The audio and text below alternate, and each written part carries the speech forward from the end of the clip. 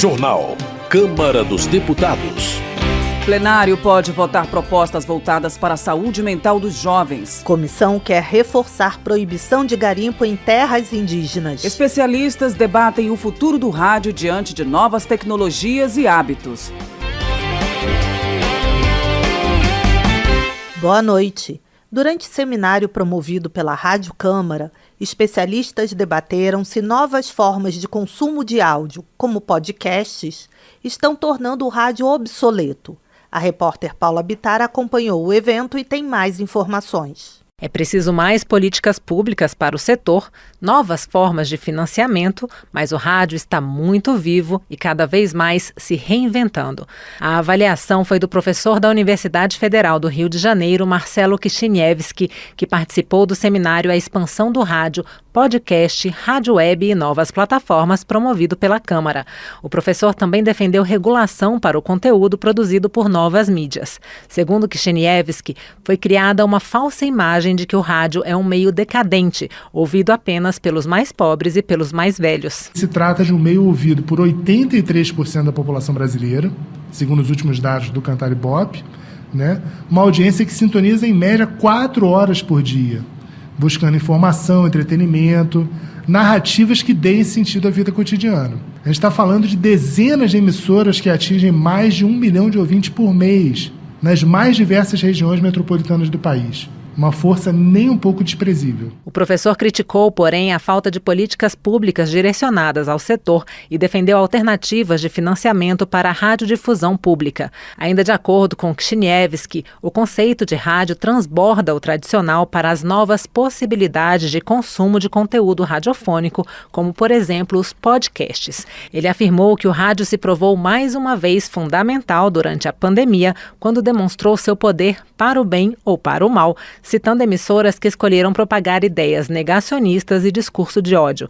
Para ajudar a evitar situações como essa, defendeu uma regulação mais firme para emissoras e, especialmente, uma primeira regulação para as novas plataformas. A única resposta que a gente tem hoje, considerando que a gente não tem uma regulação incidindo sobre essas plataformas digitais, é boicote, escracho, a tentativa de fazer com que anunciantes tirem patrocínio dessas atrações diante de uma repercussão negativa. Convenhamos, isso não é o bastante. A gente não pode aceitar que parte da audiência tenha acesso a discursos cotidianos de desinformação que distorcem o debate público e põem em risco a própria democracia.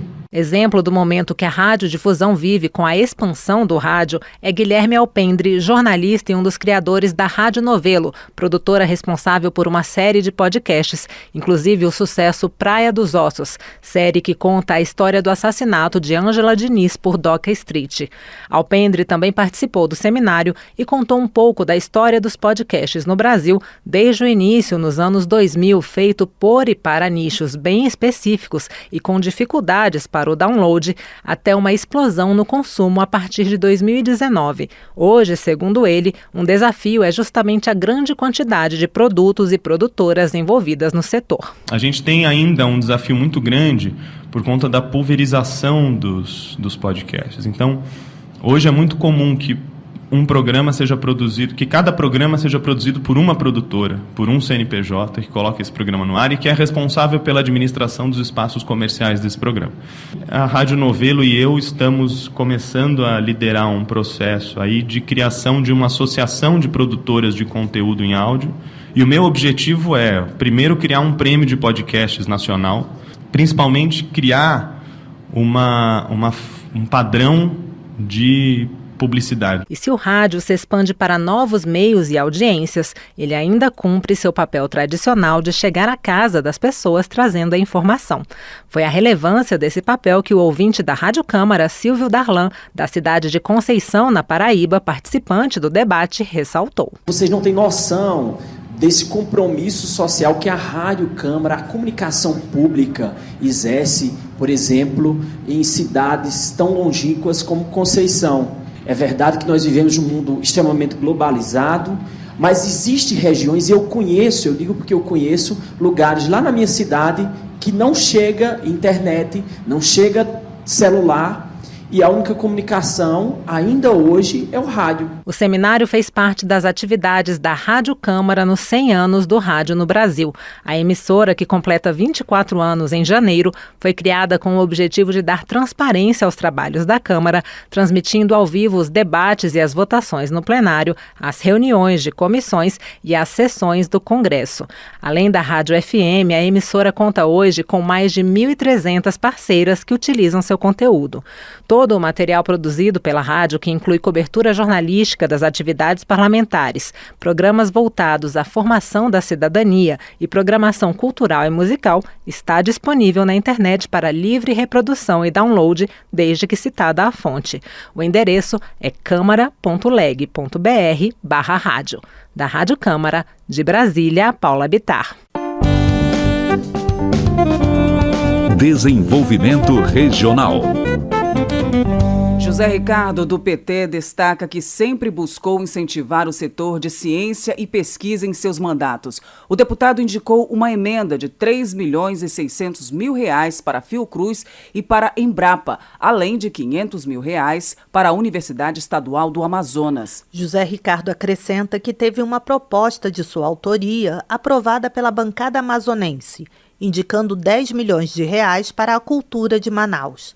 O deputado observa que os recursos serão utilizados na revitalização do patrimônio histórico da cidade. Política.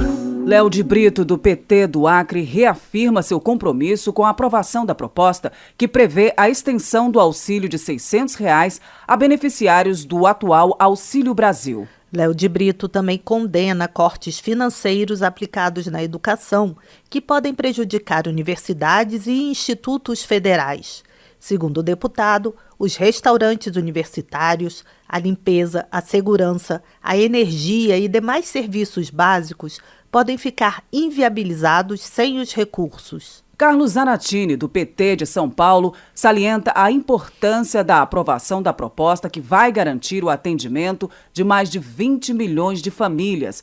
Na visão do parlamentar, a PEC representa mais recursos para a educação, para a saúde e para investimentos. O deputado defende ainda o aprimoramento do programa de auxílio para proteger famílias com maior número de filhos. Carlos Zanatini ressalta o papel do Congresso para encontrar recursos financeiros para programas como Farmácia Popular e os atendimentos realizados pelo Sistema Único de Saúde, para os quais o atual governo não fez previsão orçamentária.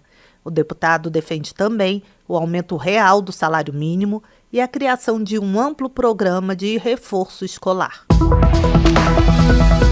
Pedro Czai, do PT de Santa Catarina, celebra sua nomeação para coordenar o Grupo Técnico do Desenvolvimento Agrário na equipe de transição para o governo Lula.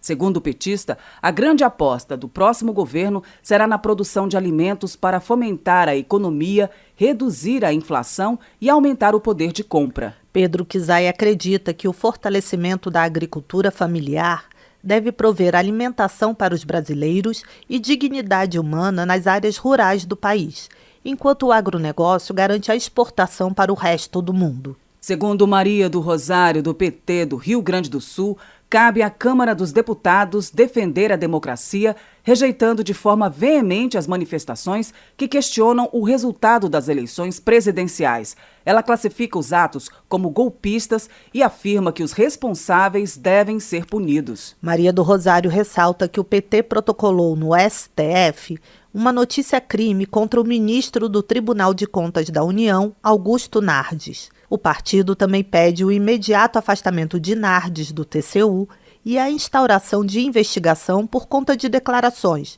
que, de acordo com a congressista, violam as instituições democráticas. Comissões. A comissão externa que investiga problemas em terras Yanomami aprovou o relatório. O garimpo ilegal é uma das questões examinadas. Os detalhes com a repórter Emanuele Brasil. O Brasil registrou aumento de 172% na evolução do garimpo ilegal na terra indígena Yanomami de 2018 a 2021. Os dados estatísticos estão no relatório aprovado pela Comissão Externa da Câmara dos Deputados, criada para acompanhar a situação dos Yanomami, que vivem nas terras Huaycás, em Roraima. O levantamento é parte de documento da Rutucara Associação Yanomami, que fundamenta o parecer da deputada Joênia Wapichana, da Rede de Roraima. Ainda pelo estudo, com exceção do aumento do preço do ouro, os fatores que têm alavancado o garimpo nas terras indígenas estão relacionados às escolhas políticas, isto é, poderiam ter sido evitados por meio de políticas públicas que respeitassem princípios constitucionais de garantia e proteção de direitos. Nesse sentido, a relatora pediu apoio para que seja apresentada proposta de emenda à Constituição, deixando claro que somente os indígenas poderão exercer a atividade garimpeira em suas terras, sendo vedada a comercialização de recursos minerais. O aumento desenfreado do garimpo ilegal gera um ciclo de contaminação e violência, ameaçando a sobrevivência física e cultural dos Yanomami.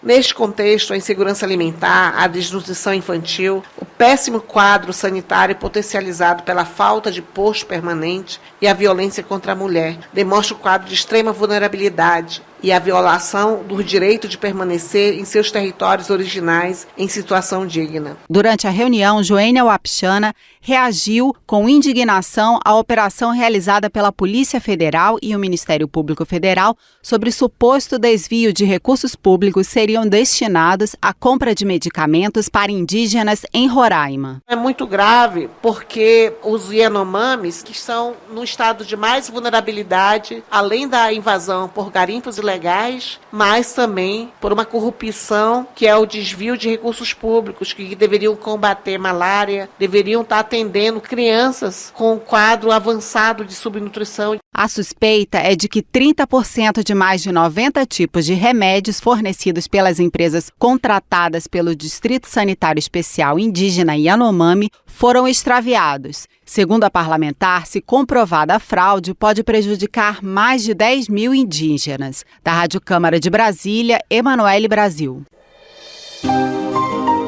Homenagem. A Câmara aprovou o projeto de lei que declara Carmen Portinho patrona do urbanismo no Brasil. A reportagem é de Antônio Vital. Deputadas e deputados aprovaram um projeto do Senado que declara a engenheira e urbanista Carmen Portinho patrona do urbanismo no Brasil. Carmen Portinho morreu em 2001, aos 98 anos, depois de uma vida inteira de forte atuação política e de ter ocupado espaços até então vedados às mulheres. Ela se formou em engenharia civil aos 22 anos, uma profissão até então quase que exclusivamente masculina, e em 1939 se tornou a primeira mulher a obter o título de urbanista no país. Junto com a bióloga Berta Lutz, a enfermeira Jerônima Mesquita e a líder feminista Estela Guerra Duval, fundou a Federação Brasileira pelo Progresso Feminino, associada ao movimento sufragista internacional, que buscava a igualdade de gênero e a autonomia das mulheres. Foi dela, em 1945, a ideia de criação de um departamento de habitação popular para tratar da falta de moradias populares no Rio de Janeiro. O projeto que torna Carmen Portinho patrona do urbanismo no Brasil foi apresentado pelo senador Carlos Portinho, do PL do Rio de Janeiro, sobrinho neto dela, e contou com o apoio do Instituto de Arquitetos do Brasil, do Conselho de Arquitetura e Urbanismo e de outras instituições de arquitetos e engenheiros do Rio de Janeiro. Na Câmara, teve como relatora a deputada Soraya Santos, do PL do Rio de Janeiro, que defendeu a homenagem. Carmen Portinho faz parte da história, como uma das primeiras sufragistas, uma das primeiras mulheres a defender o voto direto, para defender que mulheres pudessem ocupar espaço, que uma área que não era prevista. Quando ocupou sua função no departamento de obras, o chefe dela, pasmem, ele não acreditava que uma mulher pudesse ser engenheira e colocou logo como teste que ela tivesse que consertar o para-raio, obrigando essa mulher como primeira tarefa a ter que subir no telhado. Pois bem, não brigue com mulher. Ela aceitou o desafio. O projeto foi aprovado de maneira simbólica, sem votos contrários, com apoio de todos os partidos, independente da posição ideológica. O projeto que declara a engenheira e urbanista Carmen Portinho patrona do urbanismo do Brasil seguiu para a sanção presidencial. Da Rádio Câmara de Brasília, Antônio Vital. Votação. Os deputados podem votar nesta semana propostas que buscam soluções para os recentes casos de mutilação, suicídio e violência envolvendo jovens no país. Há 2 semanas do recesso parlamentar, a pauta inclui também projetos sobre microgeração de energia a partir de fonte solar e transporte de animais de estimação. Confira os detalhes com o repórter Cid Queiroz. A Câmara deve votar projeto que prevê ações para a prevenção do sofrimento psíquico entre jovens. O texto é resultado das atividades de um grupo de trabalho criado pela Câmara dos Deputados em 2021, diante dos registros alarmantes de suicídio e automutilação entre jovens no país. Quem explica é a coordenadora do grupo de trabalho Problemas Psicológicos de Jovens Brasileiros, a deputada gaúcha Lisiane Bayer, do Republicanos. O estudo traz para nós as estatísticas, os números, as audiências que fizemos, os seminários que fizemos nos estados de Roraima, de Rondônia e do Rio Grande do Sul, trazem a prova daquilo que vínhamos acompanhando, que é esse aumento acentuado do índice de suicídio, de autolesão e de problemas psicológicos nos nossos jovens brasileiros. A deputada Soraya Santos, do PL do Rio de Janeiro, também defendeu a aprovação da matéria. Nunca se teve tanto acesso à internet, mas se foi tão sozinho. Resultado disso ou não, nós estamos vivendo um momento pandêmico no Brasil. Nós estamos com um índice altíssimo de jovens de 12, 13 anos, ou com mutilações ou com suicídio. É o maior índice de suicídio já visto nessa faixa etária. Nós estamos com criança com mutismo entre faixa de idade de 3 a 6 anos. Os deputados podem votar também projeto que trata da implantação de serviço de monitoramento de violência escolar. A líder do PSOL, deputada Sâmia Bonfim, de São Paulo, lembrou o ataque de um jovem em Aracruz, no Espírito Santo, que deixou 4 mortos e 13 feridos. É um projeto autorizativo para que depois o Poder Executivo crie uma política de mapeamento da questão da segurança no ambiente escolar. É evidente que isso é muito positivo, todos nós somos preocupados com esse problema. Mas é importante que o relatório avance no sentido de identificar o que realmente faz tragédias absurdas, horríveis, como é que aconteceu no estado do Espírito Santo na última semana, aconteçam. É a política de estímulo ao armamento, é o estímulo à violência, é encorajar jovens e adolescentes, inclusive, a se organizarem em grupos de extrema-direita. Há 2 semanas do recesso parlamentar, os deputados precisam votar a medida provisória 1134, que abriu crédito extraordinário de 2 bilhões e 500 milhões de reais para financiar a gratuidade para idosos no transporte público. E continuam na pauta o projeto que determina às empresas de transporte de passageiros a implantação de rastreamento no transporte de animais de estimação e o projeto que prorroga por 12 meses o prazo em que pode ser formalizada a solicitação de acesso na distribuidora para unidades de microgeração e minigeração distribuída de energia elétrica, sem que sejam aplicadas novas regras tarifárias. Da Rádio Câmara de Brasília, Cid Queiroz. Termina aqui o Jornal Câmara dos Deputados, com trabalhos técnicos de Marinho Magalhães e apresentação de Val Monteiro e Mônica Tati. Uma boa noite para você. Boa noite. Ouça agora as notícias do Tribunal de Contas da União. Minuto do TCU. O TCU promove na quinta-feira, dia 8 de dezembro, às 16 horas, palestra sobre políticas públicas voltadas à igualdade racial. A iniciativa faz referência ao Dia Nacional de Zumbi e da Consciência Negra. A palestra será ministrada pela promotora de Justiça do Ministério Público do Estado da Bahia, Lívia Santana Vaz. Lívia foi reconhecida em 2020 pela edição Lei e Justiça como uma das pessoas de descendência africana mais influentes do mundo.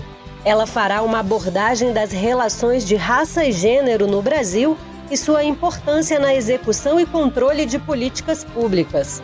O evento será transmitido pelo canal oficial do TCU no YouTube e as inscrições são gratuitas. Acesse tcu.gov.br e faça sua inscrição. TCU. Fiscalização a serviço da sociedade.